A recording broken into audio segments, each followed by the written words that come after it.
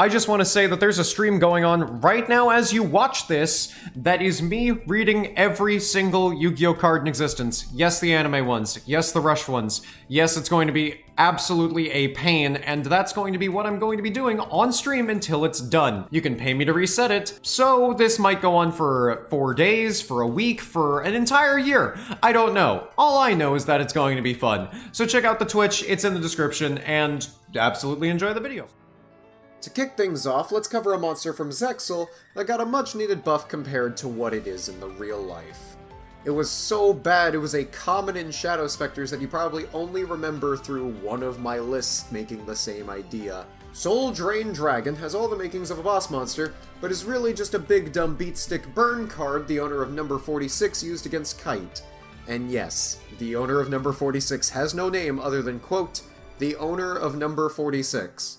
Oh boy, he's the same as Goldratt. I feel sorry for this guy. I'm sure he doesn't deserve it. He actually has a card. It buffs attack and defense by the opponent's life points. Yes, and it already started out with 4,000 attack for some reason. But the main effect is, if it gets destroyed, you burn the opponent for half of its attack on the field. AKA, you summon it, then you nuke it with a Diagram Pop, a Raigeki Break, a Dark Hole, anything, for the free burn that instantly just kills your opponent, because since it already starts at 4k, it really doesn't take much to imagine the fact that it does not matter what life points they are, at 8,000 or below, they will die immediately. The only reason it's number 10 is because you need to summon it first, and it's a level 8 that's a little clunky, and it's based on the attack on the field, so you can't exactly pop it in hand with something like True Dracos, which would be neat as hell if annoying to play against. Burn cards that need setup? What is this, 2009? Get that shit out of here so we can get into the dumb cards. Ever wanted a burn spell to punish the opponent for playing a generic monster in their deck, like a hand trap or a staple extra deck monster? Well, here comes the spell Mind Monster. You declare a monster name. If that monster is in their deck or extra deck, they take burn damage equal to half of that monster's attack. So let's just take a standard example. It's game 1, you have no idea what your opponent is playing. So this seems almost useless, right? Well, you can always go for broke and declare Utopia the Lightning. That's almost always 1,250 damage, and that's more than Tremendous Fire, which deals 1,000 but also hurts you as a downside. Not even to mention the Meteor of Destruction can't even go for game. If you know what deck your opponent is playing, it'll be so much more since every single meta deck right now has a card stronger than Utopia somewhere in there, and you might as well get some information on your opponent while burning them. Even better in casual formats. You ever want to just pick out your friend's obelisk and burn them for 2k just to call them out? Fun times. Number 8 is the powerful Zark-equipped spell known as Supreme Wing. Oh my god, this just kinda proves the idea that I can't go a single list without talking about Zark, while also never having Zark himself on any of my lists. He's kind of the Leonardo DiCaprio of my videos. You see, Supreme Wing can only be equipped to a dragon from the extra deck. And yes, even though this was made pre-links, it does count for links, and that's quite important for something we'll bring up later. It puts down a heavy no normal or special summon limit, but in exchange, you get a card effect protection, and once per turn, during the battle phase, if the equipped monster destroys another monster by battle, you can deal damage to your opponent equal to the attack that monster had on the field. In addition, if the monster equipped would be destroyed by battle, you can destroy the monster that destroyed it by battle, and inflict damage to your opponent equal to that monster's attack. But what if your dragon had battle destruction protection? Like, say, Boral Sword Dragon. Attack twice, deal massive damage, burn for game, it's that easy. Arc 5 card that works all too well in the Vrains era, and it's almost like they knew it would, since I'm sure Vrains was in pre-production at the time, and they knew to make Ace Link Dragons a thing like Firewall, or at least Borreload. You'd run one in every deck that can make a Boral Sword, as it becomes a terrifying OTK machine. And I mean that genuinely, I don't mean that in the very, very sad way that people play Duel Links call Quacky Meirus the terrifying OTK machine. Oh, that's just pedantic, man. But no, seriously, this card is absolutely insane, and you just play it in basically anything that can make a Boral Sword, because, well, they die. Your opponent just dies. Up next is the ultimate card in the history of Yu-Gi-Oh! Revolver said it, and frankly, I'll believe him given he more than likely has his army of Boral Dragons and Rockets aimed for my face in case I would ever disagree with him, and who am I to question that? Mirror Force, before merely destroying every attack position monster that your opponent may have wanted to throw at you, was a normal trap with the power to burn the opponent for the differences between the attack of the attacking monster and then each and every face-up attack position monster your opponent controls with equal or less attack to the attacker. I mean, granted, if it's equal, it's 0, but it's on the card text, so I guess we have to go for it. And then, after all of that burn, it's just straight up Mirror Force.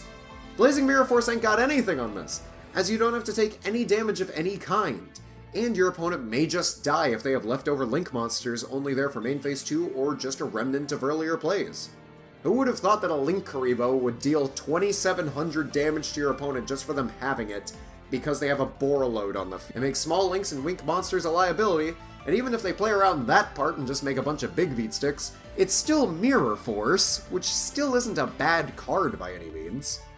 This isn't how it works in the anime past a certain episode count in the original series, but it needs notation for being the playground trap everyone used, made even better, and into a broken burn card. Coming up at number 6 is the almighty Chaos number 1 Numeron Chaos Gate Shunya. This monster usually takes 4 level 2s, or you just rank it up in its base form while Numeron Network is on the field, which is the only way you would summon this thing, to be completely honest. I mean, what, you want to play raccoons? 2k attack and 1k defense, and the power to banish all monsters on the field unsummoned. During your next standby phase after he was banished by that effect, special summon him back and detach a material, which, I mean, let's keep in mind is null and void because of Network being uber stupid and ignoring how Xyz monsters work, and then burn the opponent equal to the combined attack on the field of everything he banished. Just stall out a single turn and come back to see that your opponent's wiped board has come back to obliterate them. This is a minimum of 2k from Shunya alone, but every subsequent monster makes this closer and closer to a one-card win. Yes, it needs other anime cards to be brought into the real game to even exist, but since it needs those cards, we'll count them as real for this discussion. And Lord have mercy, Shunya gets even better when you take the only real Numeron play of spamming attack gainers onto the board continuously, and then banishing them all for a clean 50k burn. It's a great sign when this doesn't even break the top 5, but that's mainly from it needing some amount of work to go into, that being the field spell. Everything else takes minimal work, or you can just play it and that's it. Also, there are so many ways something along this chain can go wrong, from a negate attack thwarting your plans to a solemn, because keep in mind, this is still a monster. Granted, a very powerful monster that deserves to be on the list. Well, we're halfway through the list, and I see that many of you are interested in what I have to say, or at least in the idea of talking about anime cards. If this holds true to you, why not like the video and subscribe to the JSTGato channel? The comments are nice, the community we have on Discord is great, and we have... Dude, are you serious? Well, sure, we have ramen. This probably broke college student wants ramen, very realistic on his part, and hey, you can get like 400 packets for like $1 in whatever you find in your shoe, so why not? Hopefully you like today's sweet, and if you don't, comment down below what you would like tomorrow. Y'all may like my videos a lot, and y'all may click like a lot, but have you ever thought of giving this video 600 likes? We've been tearing that up lately, especially on the FTK's video. Jesus Christ, I need to start making real card lists. At least, you know, a few more of them. And I might actually have to bump that up since, wow, the FTK's video just kinda blew up, didn't it? If you haven't seen it, the card is on screen right now, and I would love for you guys to watch it. Thank you all so much for being fans of JSTGato, and just know that it's an important part of my happiness. Like, subscribe, and enjoy the rest of the list. Back to the flaming petting zoo known as Salaman Average. Okay, I'll start calling them Salamangreats. This deck has a handful of burn options, but we're looking for something much more rare than a lion or a wolf to serve that purpose. Instead, I'd like to showcase Soulburner's last Salamangreat monster from the duel with Mr. Attribute Stun Bowman, who, as soon as you die, you're going on Dynasty of the Useless, let me tell you that right there, and that episode's gonna be like 40 minutes long, I swear to God. And let's also just note that this card is coming into the real game, and probably in the next major set. Salamangreat Phoenix is not only just rad in the fact that we finally have another Phoenix, but it's also a Link 4 with 2800 attack, and it needs 2 or more fire effect monsters to make. So, play this in Hazy Flames, I guess. Phoenix has the following effects. When you Link summon it, using Pyro Phoenix as a material, also known as the reincarnation gimmick that a lot of the Salamangreats have, it nukes the opponent's board entirely. That alone is beastly, but here comes the absolute best part. You can revive a Link monster to the opponent's side of the field from their graveyard, and their attack becomes 0.